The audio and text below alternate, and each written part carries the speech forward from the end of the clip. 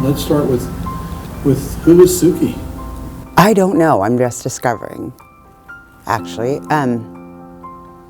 So we might actually go back a little ways, because I never imagined myself as being homeless. In fact, I remember driving down the street with my mother and her looking over at a homeless man who's digging through a dumpster, and her looking shocked and saying, "Oh my goodness, that's so-and-so.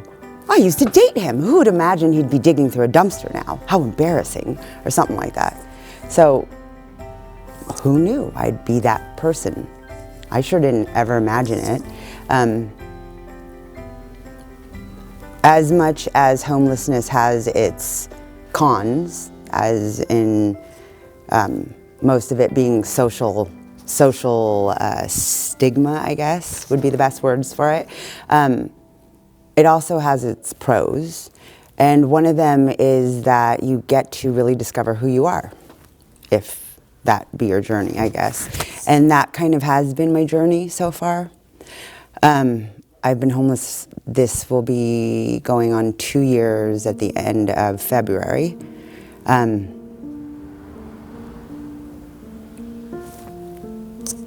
It's different. It's not something I would wish on my worst enemy.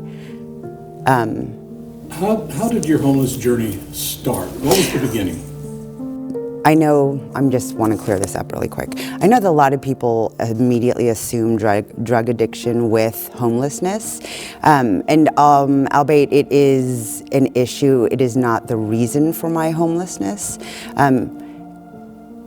I basically I've got a very poor picker when it comes to relationships, at least up until my most recent boyfriend. And I picked a bad one, a really bad one. And love is blind, and yes, oh wow, it is very blind. It is very blind, and during that time, this is the year prior to my homelessness, I had been raising, I was a single mother before this. I still am. However, my child is no longer living with me. So I made a lot of bad choices in this relationship. And one of them was such a bad choice that, as in the boyfriend moving in with my son and I, things went really south from there. And long story short, first time ever in my son's 10 years, well, he's 12 now, but 10 years, I had CPS suddenly involved. What happened was that CPS got involved, and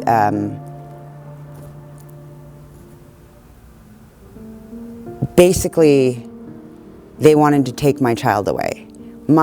Our family is in California, is based out of California. So I ended up telling my parents that I was, my mom, that I was a drug addict, in order for her to take me seriously when I requested that she take my son. I think it was very important for my son to be with his family, or at least in the same state as his family, rather than 2 states away from his family.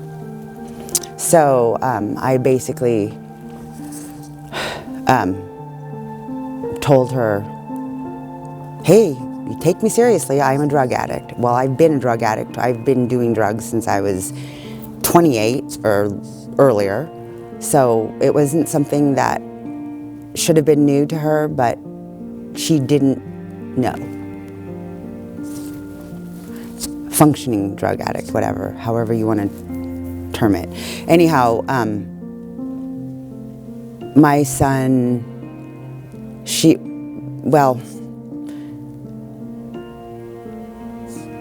that same year, my father died, and my father and I were pretty close. I didn't realize how much he protected me from my mother, or I can't say from my mother, how much he kind of cushioned choices that were made by the two of them in regards to finances, for example.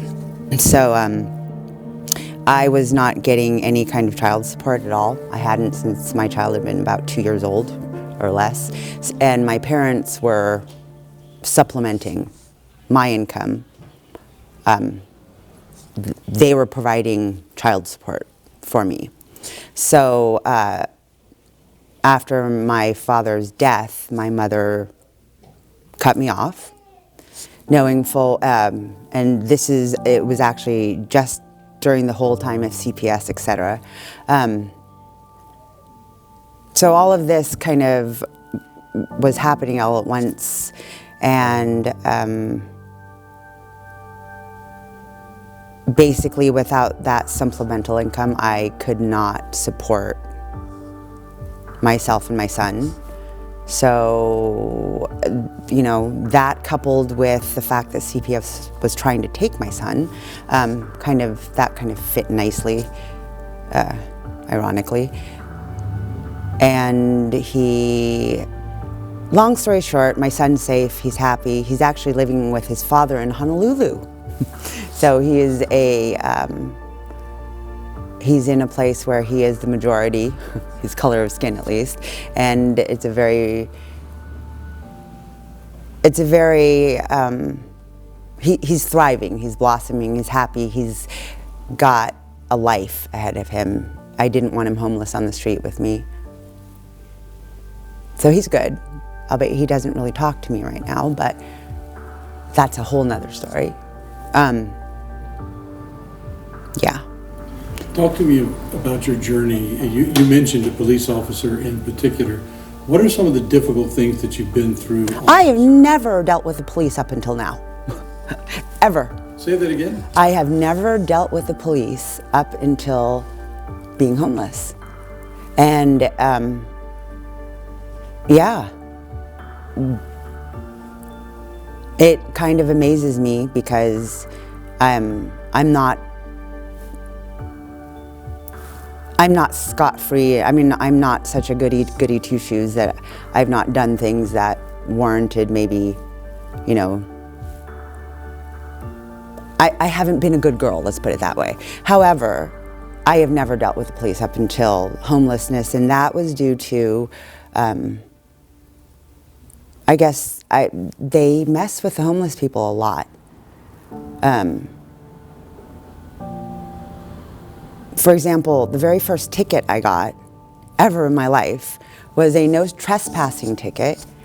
And it was because my current boyfriend and I, we were sitting on the steps of Shalom Church. And yes, okay, fine, it does say no trespassing. However, it's, homeless people tend to, we go there for meals and sometimes we go and sit. It's a quiet place.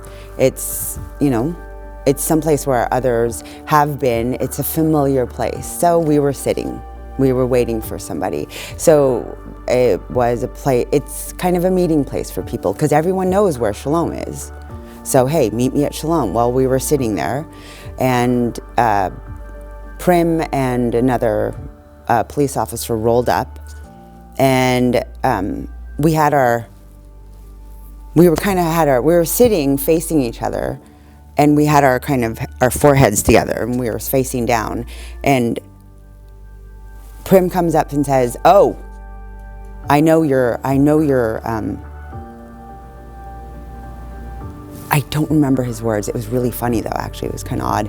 The way he said it was that he knew that we were performing some sexual act outside. And we're like, you knew? How did you know? Were you here before? It was very strange, but that's his general, that seems to be his general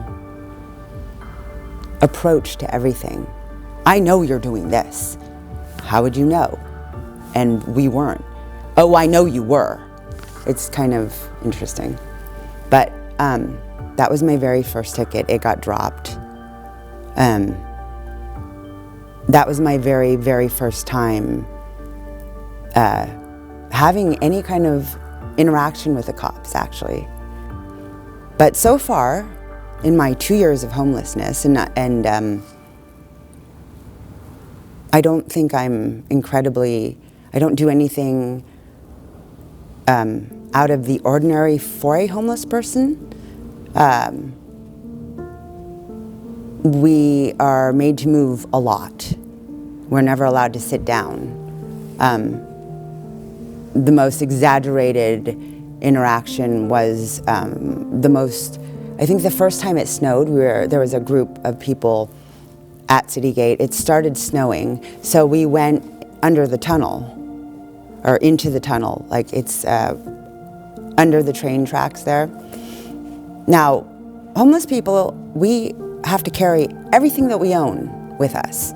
You can't just leave it around, because either Geiger will pick it up, it will be thrown away, or it will be stolen. There is no leaving your things. We're like turtles, except we don't get to have the hard shell.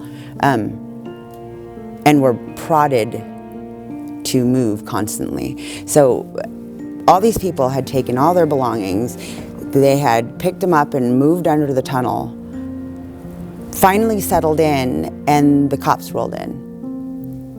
Now, there has been a couple of times when, very rare, but a couple of times when the police have rolled in and they said, oh, no, we're not asking you to move. We just wanted to see if everything was okay. And that was amazing. Those very rare gem-like times, maybe 2 out of 20 times. But most of the time they're pushing us along. But it was snowing, and we were told to get out of the tunnel. We had to move. And, oh, there's a shelter up the street, Garland and Monroe. Now, a lot of those people, they have carts, yes, all their belongings. And you're asking them to go in a snowstorm from the tunnel, that tunnel on Monroe and Madison at City Gate, and you're asking them to push a cart all the way up to Garland Monroe when you don't know for sure that, one, you can keep your cart or your belongings, which, as everyone knows, belongings are very important. They're just as important to housed people who get to leave their belongings in a nice little safe box as they are to homeless people. People are people. We are attached to things. So it was kind of a laughable, ridiculous, almost a mockery to ask these people to do that. I'm not sure what my way out is, because there's for me personally, there's more than just the homelessness. I grew up in a house, it isn't just about housing or getting housing, because you can't just move into a house and everything's going to be okay. You still have your whole self. There's reasons why you were homeless, all the reasons that led up to this moment in time. You can't just fix that by moving into a box. You have to have a whole, and being okay, I guess. So I don't know personally that I'm necessarily looking to move into a box right away, because there's a lot of things about myself that I need to work on. There's lots of programs that will let you, we'll provide deposit first month and last month. Okay, great. Well, what about all those months in between? How am I going to pay for that? Just go find a job. Well, surprisingly, I've done the normal life. I tried the normal jobs. I've done everything from messengering to being a receptionist / dispatcher. I've done that, and it didn't work for me. And I think it's a lot about my mental health, my mindset, my maturity. In a lot of ways, homelessness for me has been about growing up. And I'm not talking about, the normal sense of growing up. It's about discovery. It's about Yes, I know I can survive, but I've been going on survival tactics this whole time. So, okay, so I am going to go back to childhood, I guess. I'm adopted, and I was a very emotionally incorrect fit for my family. And I was also, I've got mental health issues. My mother does not believe in mental health issues, as in they do not exist in her book. She does not believe in psychology per se. And it's not, she's a very intelligent woman, it's just that's not the mindset that she grew up with. Even though she is incredibly OCD, you could eat off her kitchen floor, literally. These labels, psychiatry, all of that was not a part of her reality. And she, of course, conveyed that to us. Well, so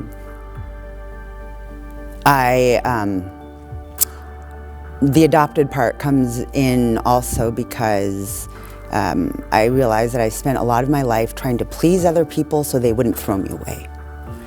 And so I realized I'd become kind of a chameleon, kind of being able to change certain aspects of myself in order to fit in order to not be thrown out of the group. It's a basic survival tactic. Primal even, it's just what we do.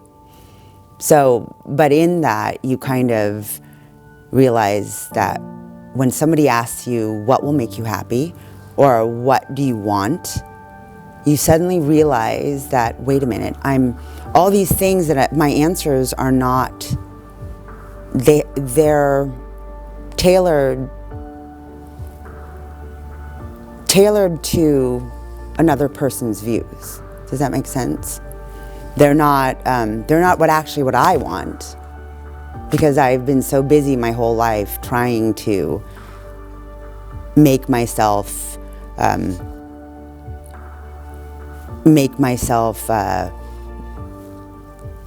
my words are disappearing, to basically make me something that somebody won't throw away, that I didn't know what I wanted. I didn't know who I was.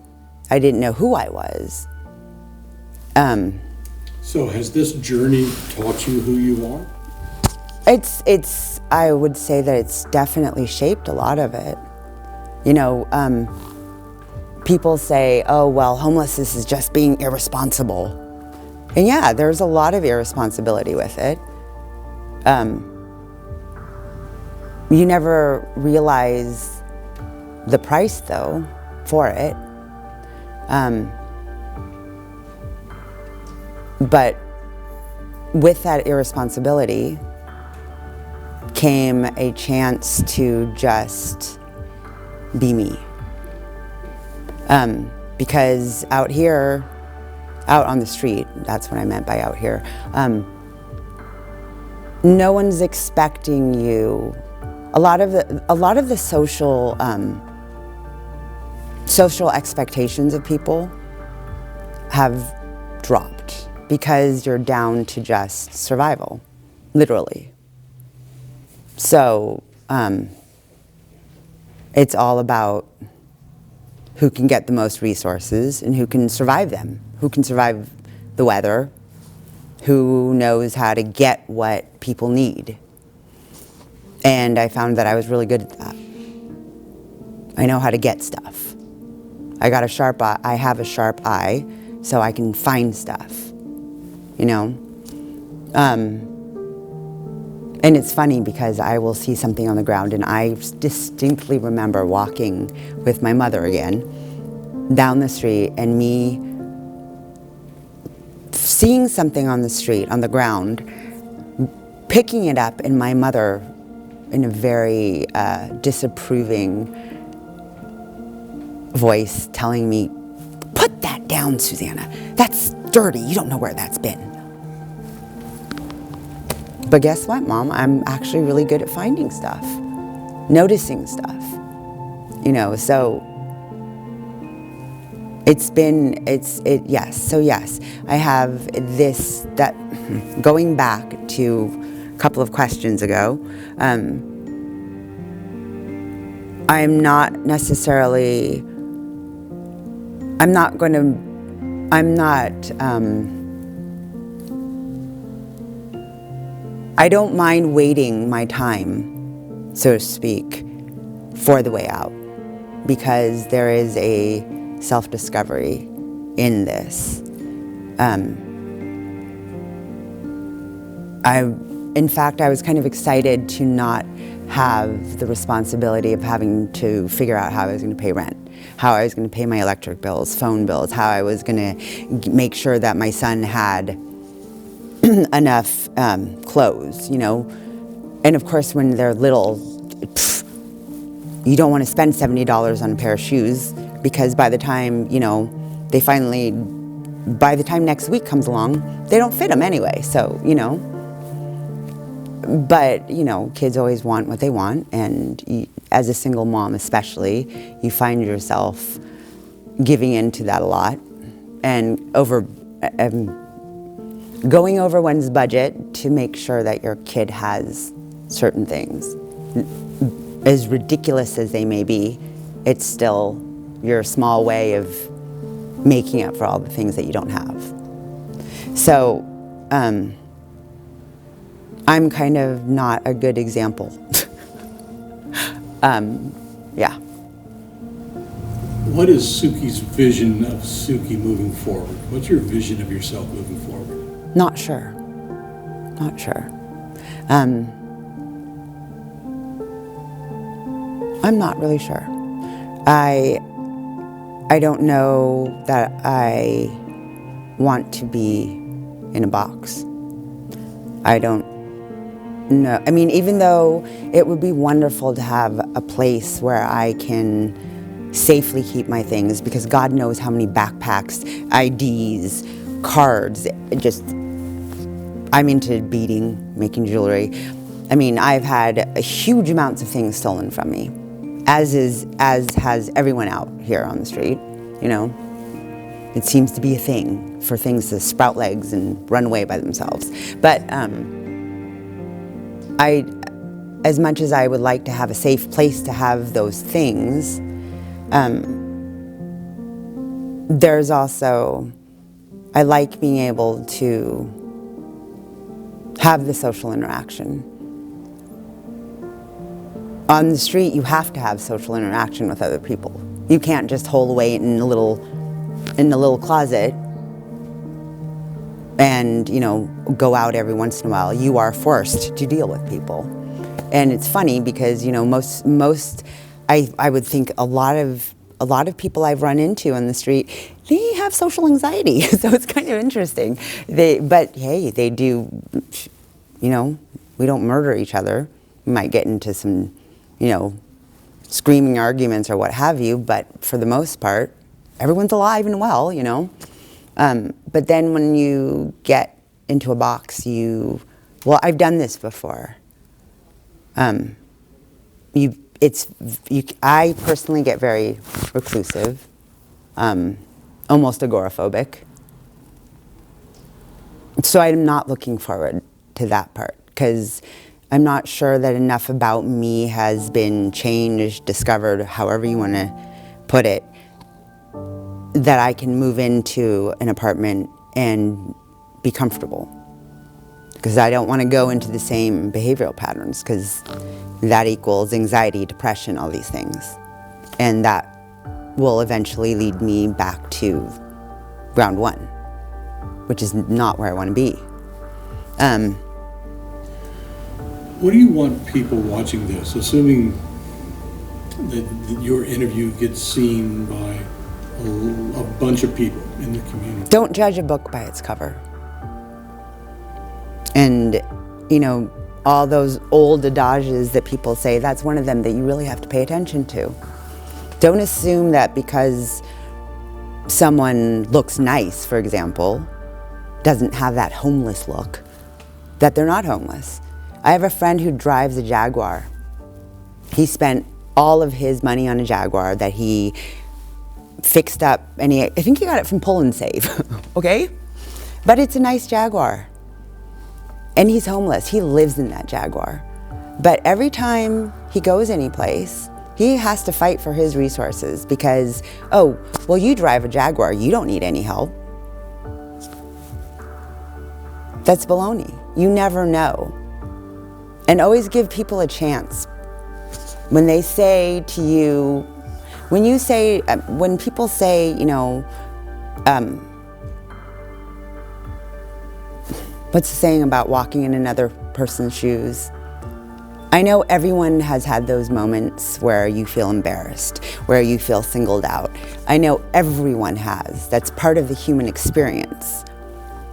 So before you do something, say something, think of how you would feel if you were in that person's position. And I'm not talking homelessness per se, I'm talking just have compassion for your next human being. It's really important.